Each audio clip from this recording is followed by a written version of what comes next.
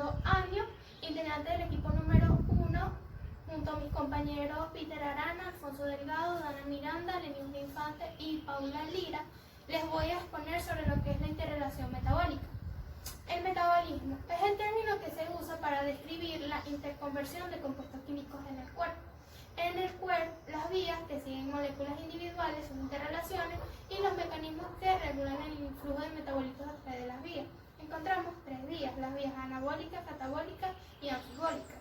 Las vías anabólicas son las implicadas en la síntesis de compuestos de mayor tamaño y más complejos a partir de precursores de menor tamaño, como por ejemplo la síntesis de proteínas a partir de aminoácidos y la síntesis de reservas de triglicerol y glucógeno. Estas vías son endotérmicas. Encontramos las vías catabólicas.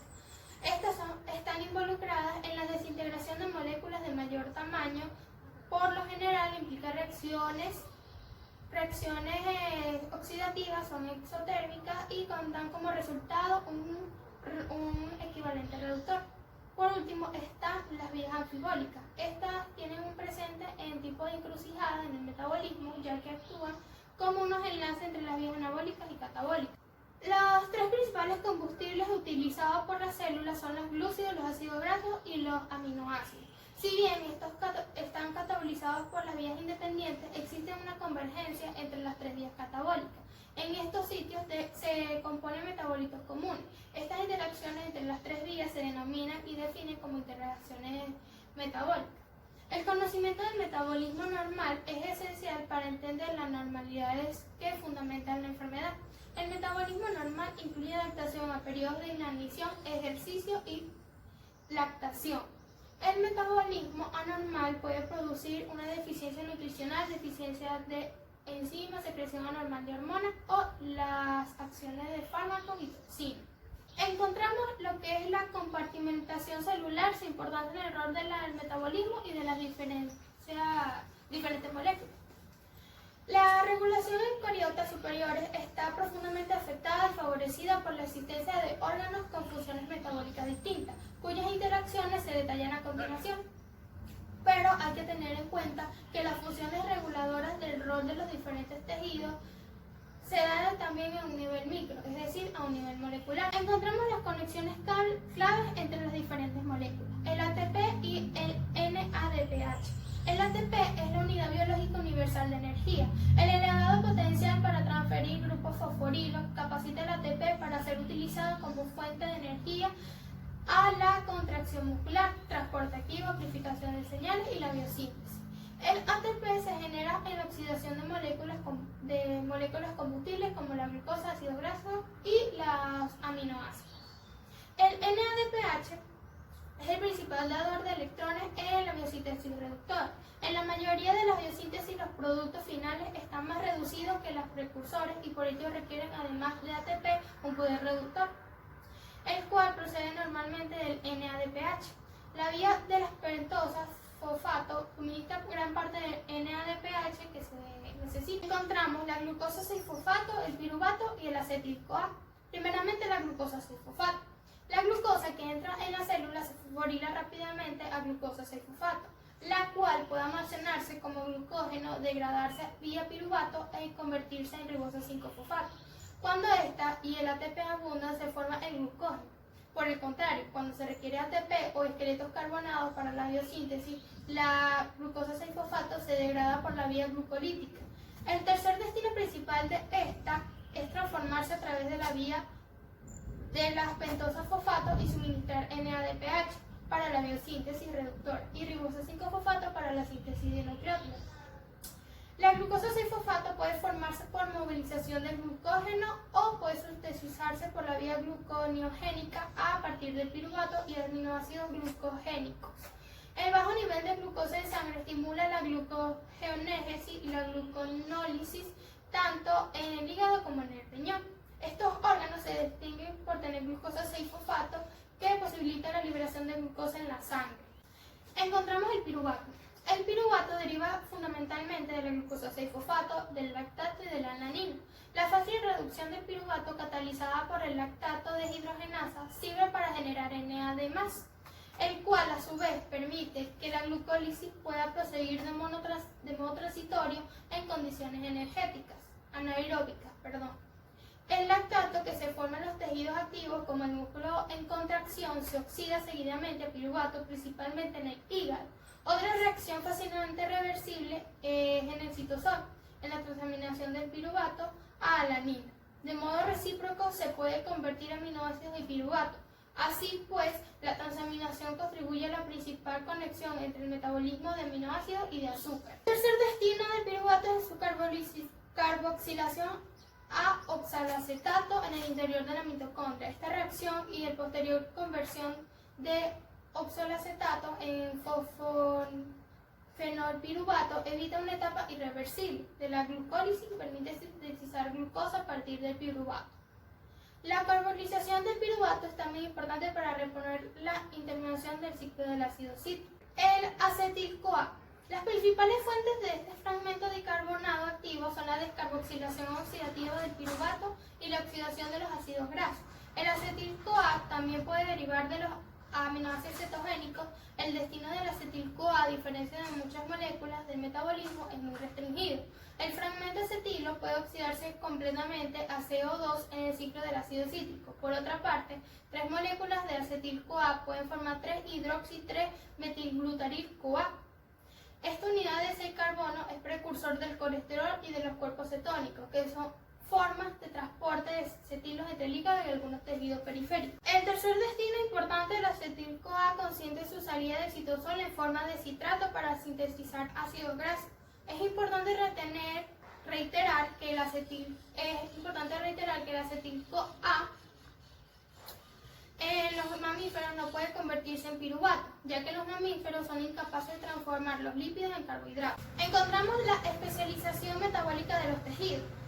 El intestino delgado. La función más evidente del intestino delgado es la digestión de los nutrientes, como los hidratos de carbono, los lípidos y las proteínas, y proporcionar moléculas lo suficientemente pequeñas para que puedan absorberse, como azúcares, ácidos grasos, glicerol y aminoácidos.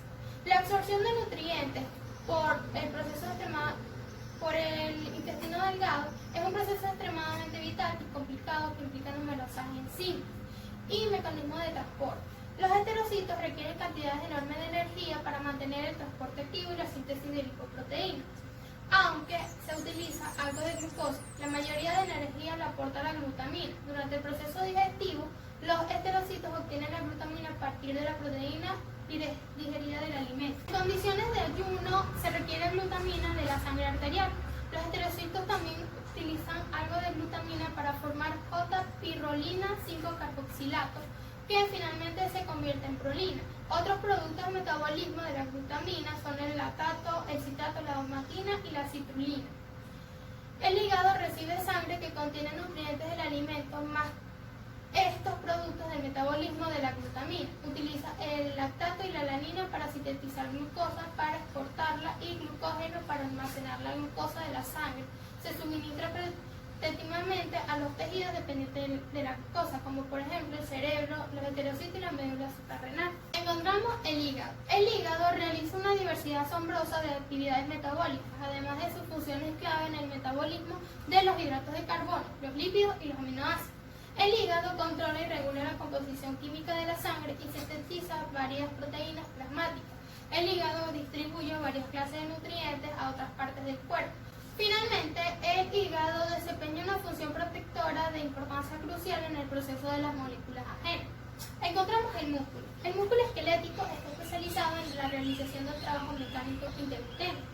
Como se ha descrito anteriormente, las fuentes de energía que proporcionan ATP para la contracción muscular dependen en gran parte de la actividad muscular y del estado físico de la persona. Durante el ayuno y la inanición prolongada, parte de la proteína del músculo esquelético se degrada para proporcionar aminoácidos.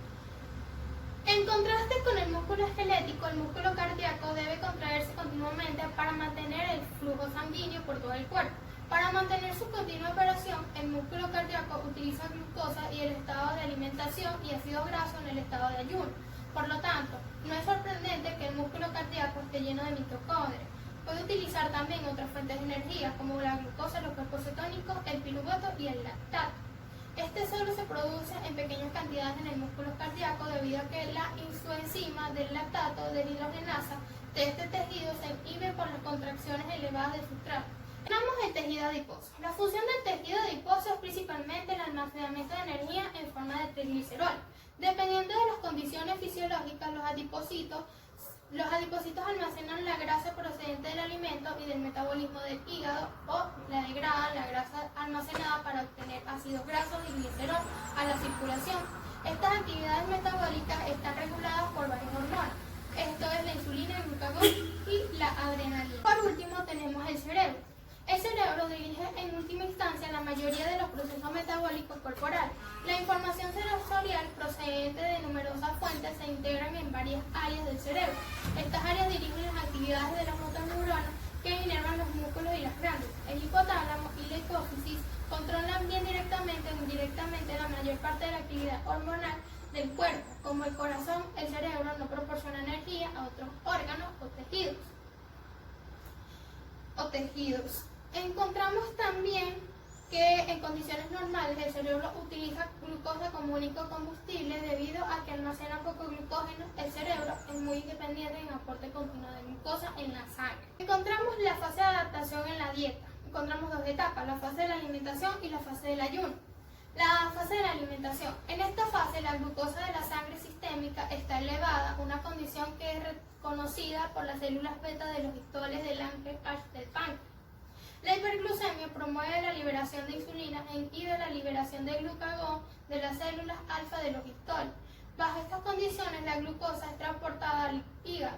En este órgano aumenta la síntesis de glucoquinasa y exoquinasa, aumentando así la capacidad de fosforilar glucosa, por lo que ingresa aún más a los hepatocitos. Mediante señales intracelulares se ve favorecida la vía glucolítica para la obtención de energía. Una vez satisfechas las demandas energéticas, se activa la vía glucogénica, permitiendo el almacenamiento del excedente de glucosa en glucógeno. Existen tejidos llamados glucosas dependientes, como lo son la médula renal, el cerebro, los glóbulos rojos, la retina, las células epiteliales esféricas y los linfocitos. Las vías metabólicas y de transporte se encargan de satisfacer las demandas de estos tejidos con glucosa en forma más o menos exclusiva. Con respecto al músculo esquelético, este recibirá glucosa proveniente del torrente sanguíneo, favoreciendo su entrada a la célula por la insulina. En este tejido predomina la vía glucolítica para proveer energía necesaria para la contracción muscular. La segunda fase, que es la fase del ayuno, en el estado de la posabsorción inicial del ciclo de alimentación-ayuno, comienza a disminuir el flujo de nutrientes desde el intestino. Al volver a los valores normales, las contracciones de glucosa e insulina se libera el glucagón. Este actúa para evitar la hiperglucemia, estimulando el hígado a glucogenólisis y la gluconeogénesis. El descenso de la insulina reduce el almacenamiento de la energía en varios tejidos y conduce a un aumento de la glicólisis y de la liberación por el músculo de aminoácidos como la alanina y la glutamina. Si se prolonga el ayuno, como por ejemplo durante la noche, varias estrategias metabólicas mantienen las contracciones sanguíneas de glucosa. La noradrenalina estimula el aumento de la movilización. El estado de posabsorción. Estos ácidos grasos representan en el músculo una alternativa a la glucosa. Además, la acción del glucagón incrementa la gluconeogénesis, utilizando los aminoácidos procedentes del músculo. En situaciones de ayuno muy prolongado, como en la inanición, el organismo realiza cambios metabólicos para garantizar que se dispone de cantidades adecuadas de glucosa en sangre para mantener la producción de energía en el cerebro y en otras células que requieren glucosa. Además, se movilizan los ácidos grasos del tejido adiposo y los cuerpos cetónicos del hígado para mantener a los otros tejidos. Debido a que el glucógeno se agota tras varias horas de ayuno, la gluconeogénesis desempeña un papel esencial en la provisión de suficiente glucosa. Durante el comienzo de la inanición se utiliza para este fin grandes cantidades de aminoácidos del músculo. Sin embargo, tras varias semanas la degradación de la proteína muscular desciende significativamente debido a que el cerebro utiliza los cuerpos cetónicos como fuente de energía. Por último, pero no menos importante, están los aspectos clínicos. En la inanición prolongada, conforme se agotan las reservas de tejido adiposo, hay un incremento muy considerable del índice neto del catabolismo de proteínas para proporcionar aminoácidos, no solo como sustrato para la gluconeogénesis, sino también como el principal combustible metabólico de todos los tejidos. La muerte se produce cuando proteínas hísticas esenciales se carbolizan y no se reemplazan. En enfermos con caquexia, como resultado de la liberación de citocinas en respuestas a tumores y varios otros estados patogénicos, hay un aumento del índice de catabolismo de proteínas hísticas, así como incremento considerable del índice metabólico de todo lo que se encuentre en este estado de inanición avanzada. De nuevo, la muerte sobreviene cuando proteínas hísticas esenciales se catabolizan y no son reemplazadas. En la diabetes mellitus tipo 1 mal controlada, en los pacientes llegan a presentar hiperglucemia, en parte como resultado de falta de insulina para estimular la captación y utilización de glucosa, y en parte porque en ausencia de insulina hay un aumento de la gluconeogénesis a partir de los aminoácidos en el hígado. Al mismo tiempo, la falta de insulina ocasiona incremento en la lipólisis en el tejido adiposo y los ácidos grasos libres de resultantes son sustratos para la catogénesis en el hígado. La utilización de estos cuerpos cetónicos en el músculo y en otros tejidos puede estar alterada debido a la falta de oxalacetato. En la diabetes no controlada, la cetosis puede ser lo bastante grave como para dar como resultado acidosis pronunciada, dado que el acetato y el 3-hidroxibutirato son ácidos relativamente fuertes. El coma se produce tanto en la acidosis como por el aumento considerable de la osmolalidad del líquido extracelular. Eso es todo, gracias por su atención.